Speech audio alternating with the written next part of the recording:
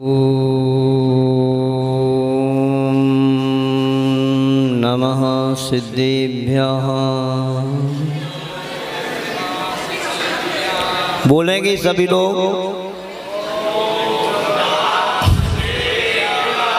ओम नमः सिद्धेभ्यः।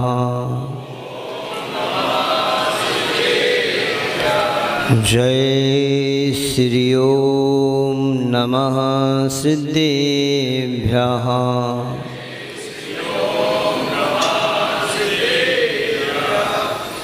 रिपुता की सीमा यही गहन किया उपसर, क्षमता की सीमा यही ग्रहण किया अपवर्ग।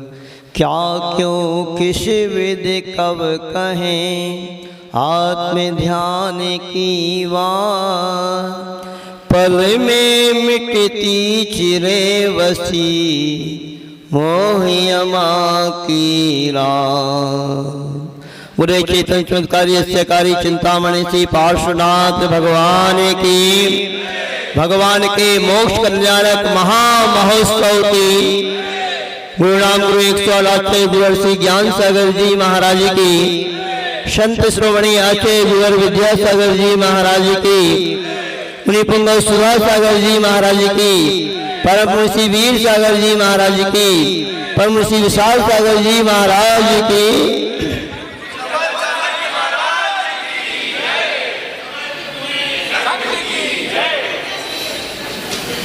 आज का है मांगलिक दिन।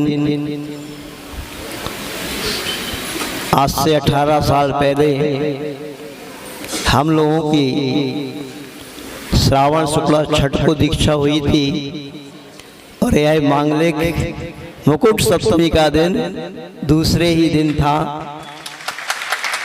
गुरुवर के सानिध्य में बहुत आनंद आया था।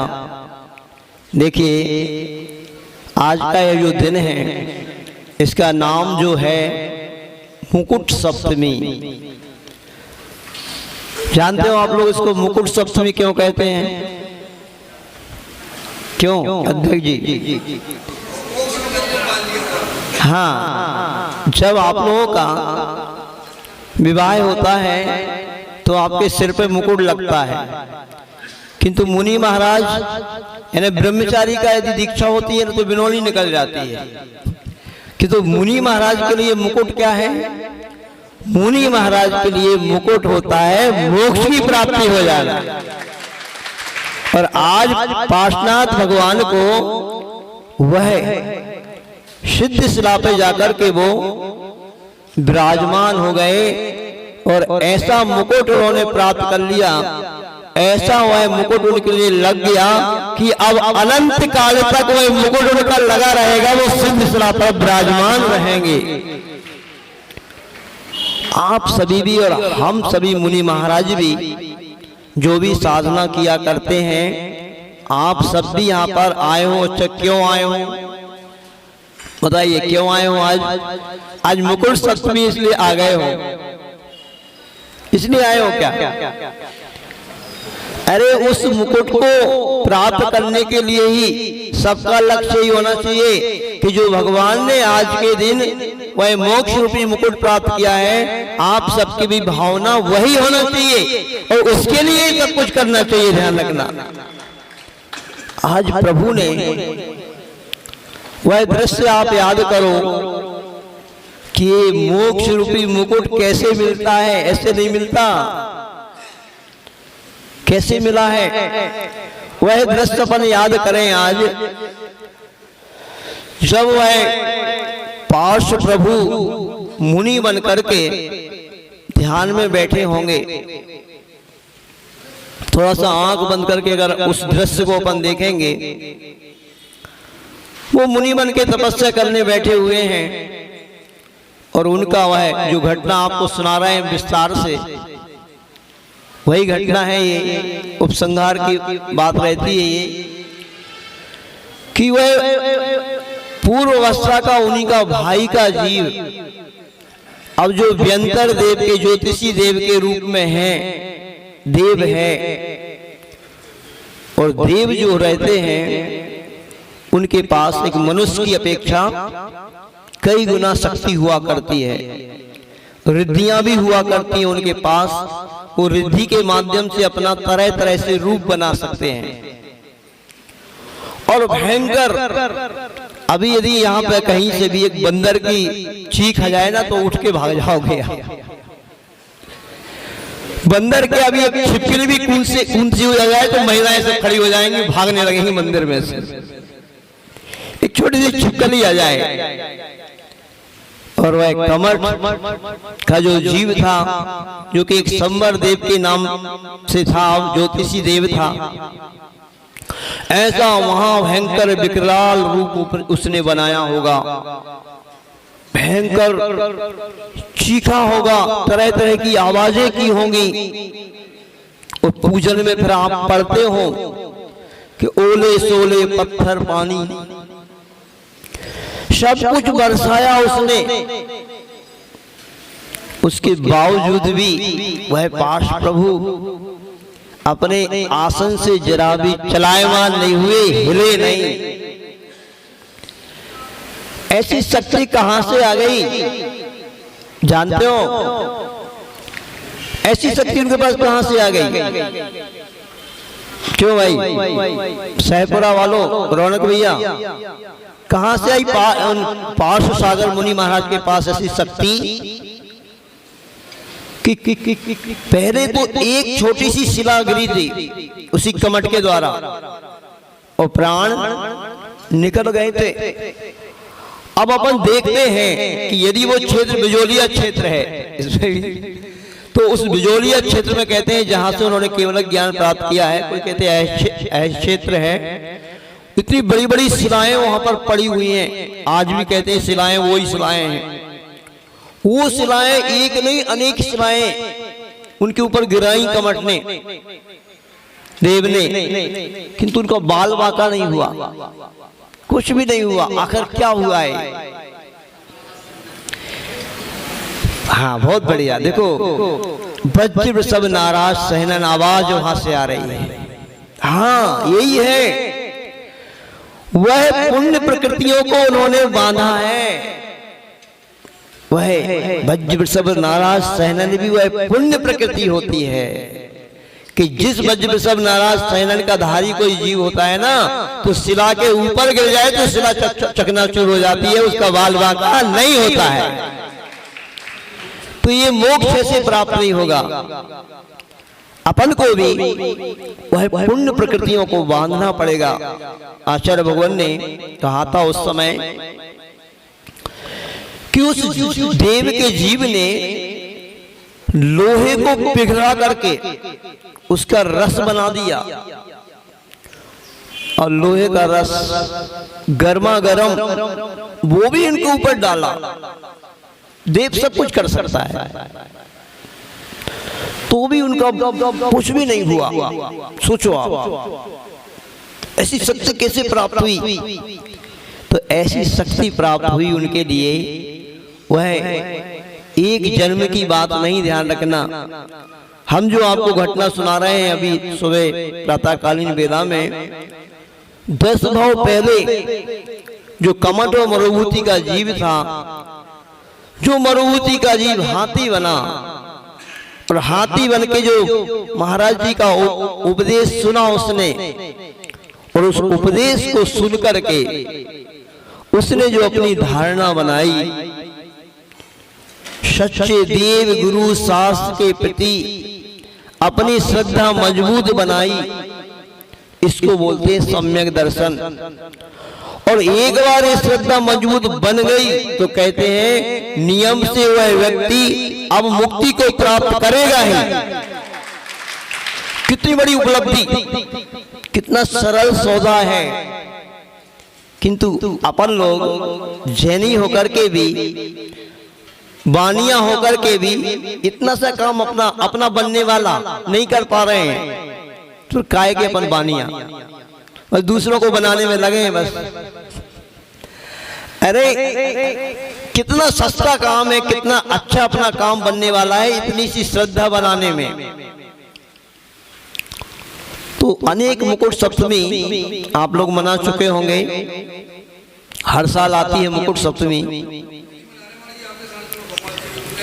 हाँ बहुत बढ़िया। किंतु इस बार की मुकुट सप्तमी गुरुवर के आशीर्वाद से आपको आशीर्वाद मिला, यहाँ पे पंचकर्म प्रतिष्ठा हुई और उसके बाद ऐसे अत्यकारी अद्भुत जिनबिंब को आज जब दर्शन अच्छे से कर पाए, आज हम लोग उस दिन आए थे तो चरण छूने का मन ही नहीं हुआ वहां पे, क्योंकि श्री जी बहुत सारे विराजमान थे। ऐसे जब जाकर के चरण छुए, प्रभु को देखा तो ऐसे लगा अद्भुत एनर्जी से भरे हुए हैं प्रभु, अद्भुत साक्षात वही केवल ज्ञान प्राप्त होने के बाद जो पार्श्वनाथ भगवान थे, इस त्रिपुरा बटोनी में साक्षात वही पार्श्वनाथ भगवान विराजमान है। और जिस व्यक्ति के अंदर ऐसी श्रद्धा होगी कि वही पार्श्वनाथ है, तभी ये वही पार्श्वनाथ कहलाएंगे, ध्यान रखना। क्योंकि स्थापना निक्षेप इसी को कहते हैं। गुरुवर ने तो अपने सारी शक्ति, अपना सारा साधना लगा करके उन्होंने इस जिनबिंब को स्थापित करवाया है, यहाँ पर प्रतिष्ठा इसकी की है। अब आपको इनके प्रति वही श्रद्धा बनाना है कि वही पार्श्वनाथ भगवान है जिनके ऊपर ओला सोला पत्थर पानी 7 दिन तक लगातार उस कमट के द्वारा उपसर्ग किया गया और वह अपने ध्यान से जरा से भी चलायमान नहीं हुए। ऐसा साथी सैपुण्य उन्होंने कैसे बांधना प्रारंभ किया था, इस बात पे सभी को ध्यान देने की आवश्यकता है, ध्यान रखना। उस हाथी की पर्याय में उन्होंने जो अपनी पक्की श्रद्धा बनाई, अपने पूर्व जीवन को याद करते हुए कि देखो एक जरा सी बात पर भाई ने, भाई होकर के भी भाई ने मेरे ऊपर सिला पटक दी। भाई भाई में भी हो जाता है जरा सी बात पे ही। आचार्य ज्ञान सागर जी कहते हैं और आचार्य जी भी कहते हैं कि असंयमी व्यक्ति कभी भी मरने मारने को तैयार हो जाता है, इसके अंदर कोई वो नहीं रहता है। असंयम असंयम का एक प्रभाव हुआ करता है। देखो उन पांडवों को याद करो अपन, जब वो असंयमी थे तो 5 पांडवों ने भी कौरवों की लाखों की सेना को, उस युद्ध को अपन याद करेंगे अगर थोड़ी सी भी, लाखों हाथी घोड़े लोग, कितना नरसंहार हुआ था उस युद्ध में। और जब वो मुनि महाराज बन गए, संयमी बन गए, तो देखो आप उनके गले में, हाथ में, पैर में, सब जगह गरम गरम लोहे के आभूषण पहनाए गए, किंतु उन्होंने आंख उठा करके भी देखा नहीं, उस क्षमा भाव को धारण कर लिया। तो ये होता है संयम का प्रभाव। और असंयम का प्रभाव क्या है? तो संयमी व्यक्ति जब बन जाता है, सम्यक दृष्टि बन जाता है, और उस समय हाथी की पर्याय में जो मुनि महाराज का उपदेश सुना, तो उसी समय वह वृत्ति श्रावक बन जाता है। हाथी, सोचो हाथी भी वृत्ति श्रावक बन गया, और वृत्ति श्रावक बनकर के प्रारंभ उसका वहां से हो गया। कहते हैं उसी कमट के जीव ने जो सर्प की पर्याय में था, कुक्कुट सर्प की पर्याय में, उसको वहां पर फिर देख करके पूर्व का स्मरण करके और बैर भाव उसके अंदर जग गया, तो उसने फिर डस लिया। किंतु अब इस बार वह सम्यक दृष्टि था, भगवान के प्रति उसने सही आस्था अपनी जमा ली थी अंदर से, और उन व्रतों को ग्रहण कर लिया था। तो इस बार वह अब मर करके किसी कुगति में नहीं गया। कहाँ गया? कहते हैं अब वह उस 12वें स्वर्ग में पहुंचा जहां पर 16 सागर की आयु थी। सोचो, देखो संयम का प्रभाव देखो आप। उस पुण्य का प्रताप देखो आप, जो व्रत नियम संयम लेने से बंधा करता है। आज समझ लेना व्रत नियम संयम की महिमा को।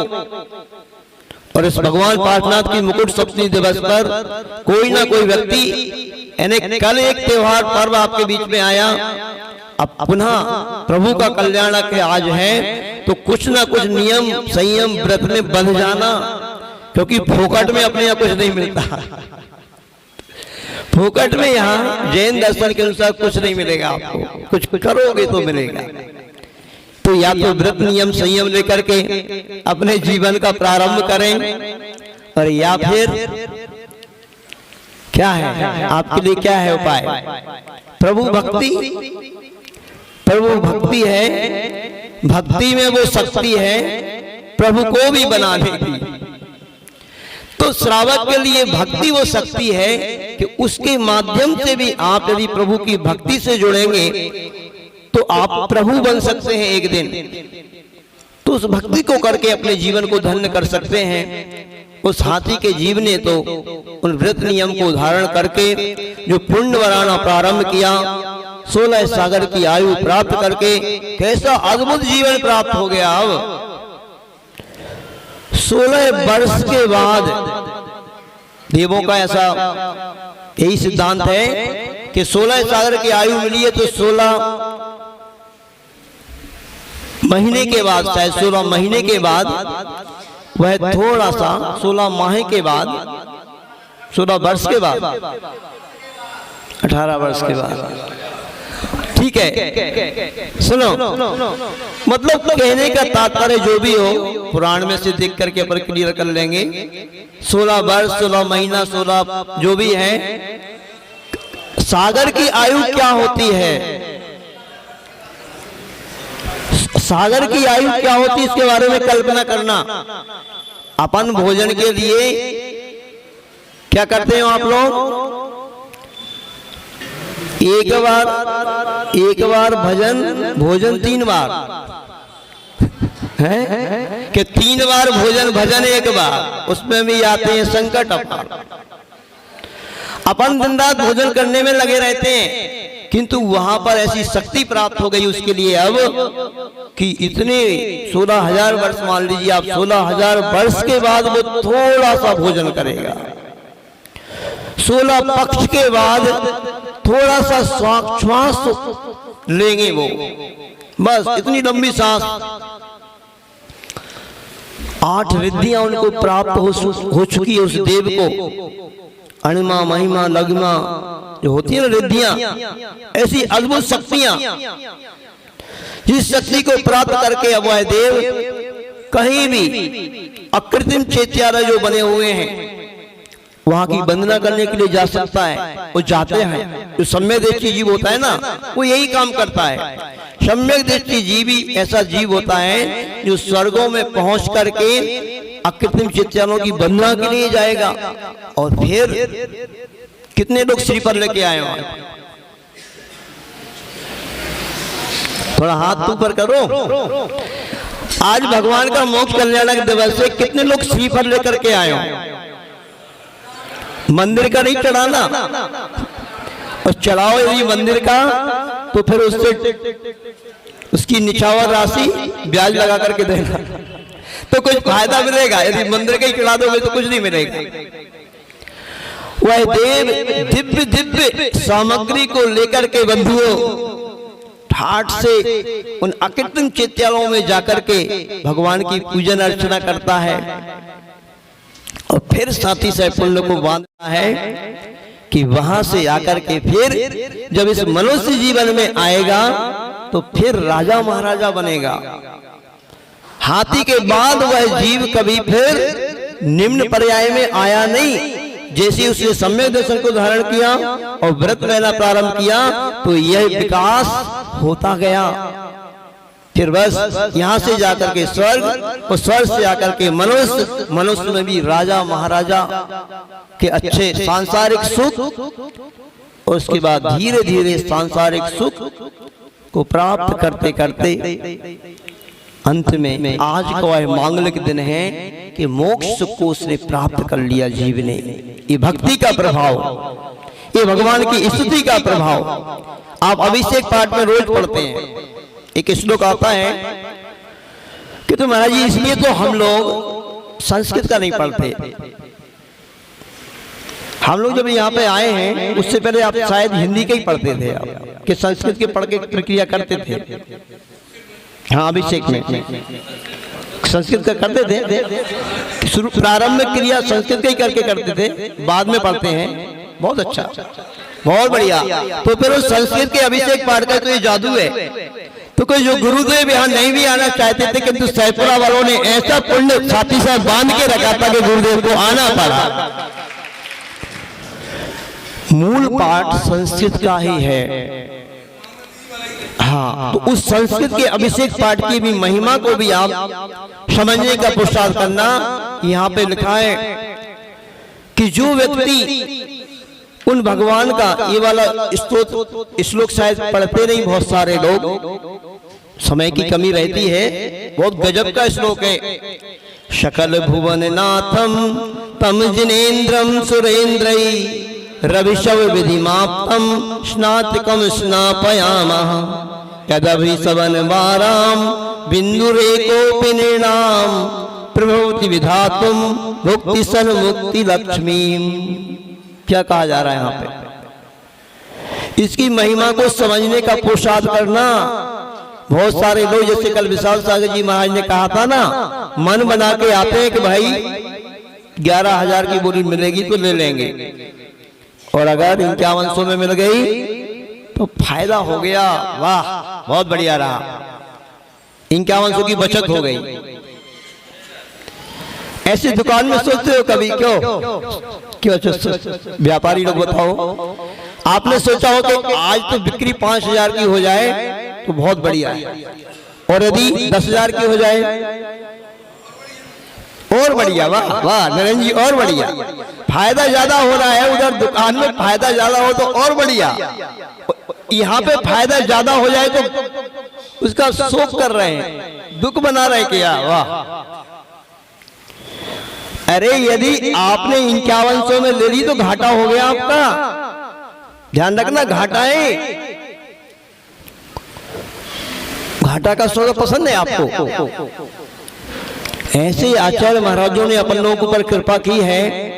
कम से कम जो आप कमाते हैं उसका 10% तो दान करना ही चाहिए, और मध्यम 17%, उत्कृष्ट 50%। यही बात है, यही कारण है अपन अपनी दिगंबर समाज से अधिक समृद्ध लोग मिलेंगे आपको श्वेतांबर समाज में। उनकी यहाँ एक विधि विधान है, हर व्यक्ति का विधि विधान होता है। बड़े महाराज जी बताया करते हैं कि वो व्यापार करते हैं तो आप लोग तो अपनी पत्नी को बनाओगे, उसमें पार्टनरशिप में अपने बेटे को बना लोगे, किसी को भी बना लोगे। वो लोग क्या करते हैं, वो पार्टनरशिप, एक पार्टनरशिप मतलब भगवान को भी रखते हैं, उसमें भगवान को पार्टनरशिप बनाते हैं, और जो भी आय होती है उसका एक हिस्सा उस खाते में जाएगा जो भगवान के नाम से एक पार्टनर बनाया है। और प्रत्येक व्यक्ति वह दान फिर वो भगवान का है, वो दान ही देना है।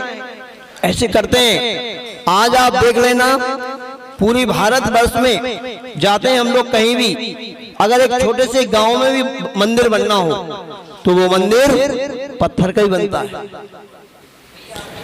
भली वो आनंद जी कल्याण जी की वहां से जो उनका ट्रस्ट है वहां से आ जाएगा, यदि वहां की समाज कैपेबल नहीं है तो, समृद्ध नहीं है तो वहां से आ जाएगी राशि, किंतु मंदिर बनेगा तो पत्थर का बनेगा। और मैं कहता हूँ दिगंबर समाज यदि 10% भी दान प्रारंभ कर दे देना तो सोने के मंदिर बन सकते हैं, सोने के। किंतु यहाँ पर अपनी दिगंबर समाज में टांग खींचने वाले केकड़े होते हैं बहुत सारे, जैसे केकड़े होते ना क्या करता है केकड़ा, केकड़ा कुआं में बहुत सारे हो ना, तो एक केकड़ा ऊपर की ओर चढ़ने वाला हो तो वो दूसरा उसकी टांग खींचता है। अरे ये क्या हो रहा है, इसकी जरूरत क्या है, ऐसा क्यों हो रहा है? बहुत सारे लोग ऐसे भी होते हैं, वो लोग अपना बहुत घाटा कर लेते हैं। पूज्य सुधासागर जी महाराज कहते हैं, जो व्यक्ति दान दे रहा है, जो व्यक्ति धर्म कर रहा है, उसकी प्रशंसा करो, उसकी प्रशंसा करो, उसकी अनुमोदना करो, उससे जय जयंत करो। जय जयंत भैया, तो आपका भी प्रमोशन हो जाएगा। यदि आप उस स्थिति में नहीं हैं तो भी हो जाएगा। इसलिए आस्तिक को कहना नहीं पड़े, यहाँ पे सुहांशु को कहना नहीं पड़े। जैसे ही जरासी में ओली बनती है ना, तो जोले ताड़ी हमें जाओ अनुमोदना के रूप में। अभी बोली कहाँ लग रही है? अभी हमेशा ये ध्यान रखो, कम से कम अपन अनुमोदना तो कर ही सकते हैं, और अनुमोदना करने से भी अपने लिए छठवां हिस्सा तो मिल जाता है। जो व्यक्ति करे छठवां हिस्सा अपने खाते में हुआ करता है। इस बात की महत्ता को समझना। इस श्लोक में कहा जा रहा है, देखो क्या हो रहा है। इस श्लोक में कहा जा रहा है कि भगवान का जो अभिषेक हुआ करता है, उसकी एक बूंद भी बिंदु रेकोपी निर्णाम, एक बूंद को भी जो व्यक्ति धारण करता है अपने सिर पर, वो व्यक्ति भुक्ति और मुक्ति, भुक्ति का मतलब है सांसारिक सुख और मुक्ति का मतलब है मोक्ष सुख, दोनों को प्राप्त किया करता है। अब आप देख लेना क्या चाहिए आपको। जैसे हम तो आपकी काफी प्रशंसा करते रहते हैं, शाहपुरा वालों की तीनों महाराज करते हैं, क्योंकि यहाँ के भक्तों के अंदर भक्ति ऐसी प्रभु के प्रति है ही। लोग भी कल देख करके आश्चर्यचकित थे। जबलपुर वाले आते हैं तो कहते महाराज, शाहपुरा वालों को चाहे एक छोटा सा बच्चा हो पाठशाला का, कोई बड़ा व्यक्ति हो, उसके अंदर अंतरंग से प्रभुओं के प्रति, गुरु के प्रति भक्ति भरी हुई है। तो देखो, जो है सो है, जो है तो वो तो कहना ही पड़ेगा। और वास्तव में आप लोगों की अपने प्रभु के प्रति और गुरु के प्रति जो ये भक्ति रग रग में भरी हुई है, यही भक्ति आपको एक दिन उस मुक्ति तक पहुंचाएगी। इसमें कोई दो राय नहीं है। अपना श्रद्धा और समर्पण ऐसे ही रखना। किंतु कुछ लोग जो टांग खींचने वाले होते हैं, वो टांग ना खींचें।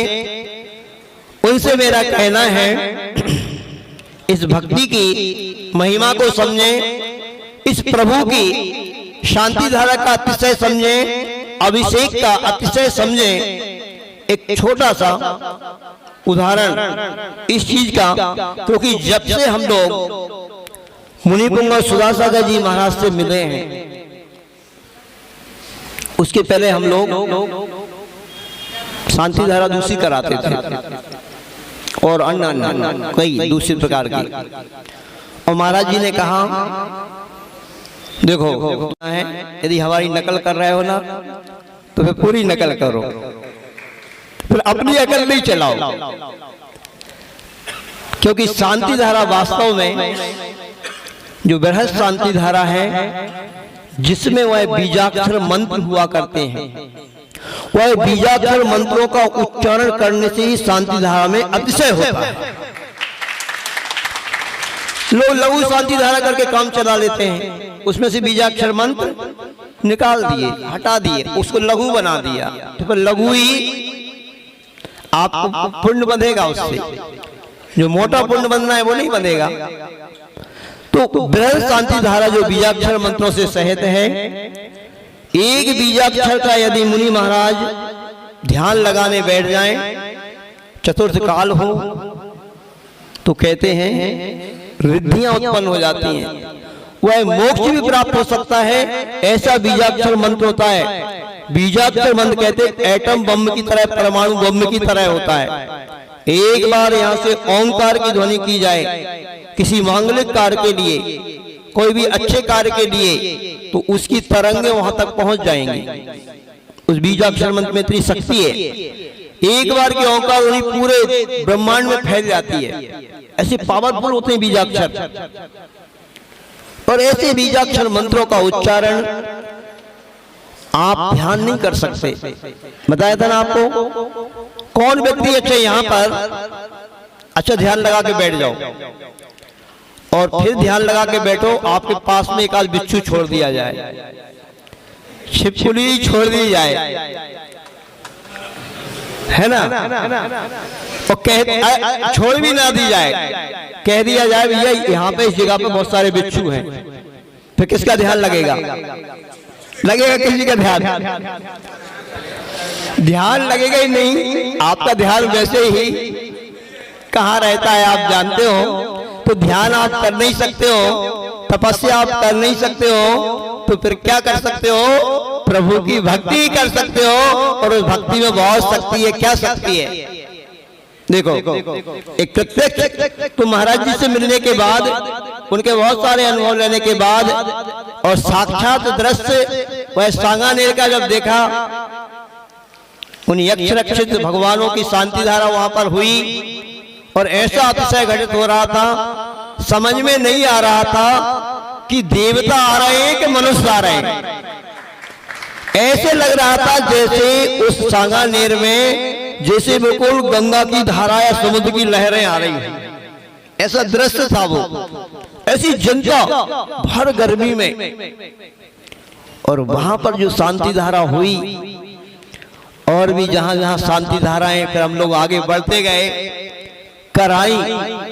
ऐसे अतिशय घटित होते हैं, ऐसे पावरफुल क्यों नहीं घटित होंगे? इससे अतिशय पूज्य महाराज जी ने बताया, मुनिपुंगव सदासागर जी महाराज ने, कि इस शांति धारा में उन्हीं बीजाक्षर मंत्रों को रखा गया है जो श्रावक का कल्याण करने वाले हैं, श्रावक का भला करने वाले हैं। छांट छांट करके आचार्य महाराज ने उन्हीं बीजाक्षर मंत्रों को रखा है।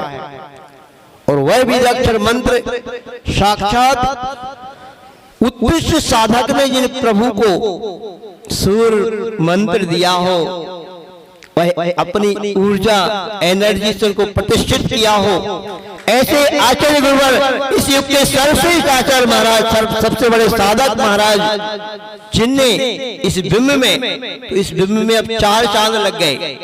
कोई सामान्य व्यक्ति प्रतिष्ठा करे तो बात अलग है, अब ये बिंब बहुत पावरफुल है। और प्रतिष्ठा के बाद, पंचकल्याण प्रतिष्ठा के बाद शायद पहली बार है ना, उस समय आप करते रहना, कर लिया होगा आपने। सुनो हमारी बात। अब श्रेष्ठ साधक यहाँ पे मुनि महाराज बैठे हैं, क्योंकि उस शांति धारा मंत्र का उच्चारण कौन कर रहा है? ये अतिशय जो मैं आपको बताने वाला हूँ, ये अतिशय शायद आपके करने से कितना घटेगा मुझे पता नहीं, किंतु जो मुनि महाराज करते हैं उस बीजाक्षर मंत्रों का उच्चारण, उस शांति धारा को, तो कैसे अतिशय घटा करते हैं, प्रत्यक्ष उदाहरण बता रहे हैं आपको। क्योंकि महाराज जी आपको कर्म सिद्धांत समझा रहे हैं, और उसमें आप समझ रहे होंगे कि कर्म की कई अवस्थाएं हुआ करती हैं। अपकर्षण भी होता है, उत्कर्षण भी होता है ना। तो ऐसे कर्म निवृत्ति निकाचित भी कर्म हुआ करते हैं। तो भगवान की भक्ति से कहते हैं निकाचित कर्म का तो कुछ नहीं होता। और यहाँ तक तो आचार्य वीर सेन स्वामी जी ने तो कह दिया है कि निवृत्ति निकाचित कर्म भी ढीले पड़ जाते हैं। तो ये महाराज ने, इतने बड़े आचार्य महाराज ने कहा है, तो यूं नहीं कहा है, ऐसा संभव है। तो ऐसे मोटे मोटे कर्म भी हमारे अपकर्षण तो हो ही जाया करते हैं। एक प्रत्यक्ष घटना, हम लोग जब हरियाणा में थे, ध्यान से सुनना सभी लोग, और पक्की श्रद्धा बना लेना, क्योंकि ये उदाहरण कौन सुना रहा है? महाराज जी सुना रहे हैं, अपने अनुभव से सुना रहे हैं, साक्षात प्रत्यक्ष घटित घटना सुना रहे हैं। कोई आपको लोभ लालच नहीं दिया जा रहा है। तो सहपुरा वाले सोचे कि महाराज लोभ ही देते रहते हैं, और महाराजों को तो बस यही लगता है हरा हरा, बस देते रहो यहाँ पर जब भी आप देते हो तो हम लोग के चेहरे प्रसन्नता से भर जाते हैं। ऐसे लगता है बहुत अच्छा किया इसने, कम से कुछ अपना पाप कम कर लिया, कुछ तो इसने महाराज जी की प्रेरणा से ही कुछ अच्छा काम कर लिया, तो अच्छा कर लिया। ऐसे ही वहां पर भी महामस्तकाभिषेक का कार्यक्रम रखा गया। हम लोग जहां भी जाते थे वहां पर यही काम प्रारंभ पहले किया, इससे बहुत बहुत लोग जुड़ते थे और ऐसी महामस्तकाभिषेक का कार्यक्रम था और बोली लगने लगी। महिलाओं को आज सावधान हो जाना है और इनके अब आज वर्तमान में जो है ना समानता का अधिकार है, डरना नहीं ये पुरुष वर्ग से इधर के लोगों से, कोई भी आपके पास भी अधिकार है हर जगह, तो अपने अधिकार का उपयोग करना। यदि ये करेंगे तो इनके खाते में जाएगा और आप करोगे तो आपके खाते में जाएगा, ध्यान रखना इस चीज का। जब ये कितना भी करें और आप इनके साथ नरक जाने के लिए तैयार नहीं हो तो फिर आप करोगे तो उसका फल आपको ही मिलेगा, ध्यान रखना। ये जाए नरक में जाएं, अपन तो स्वर्ग जाएंगे बढ़िया। महिला वर्ग से बोल रहा हूं।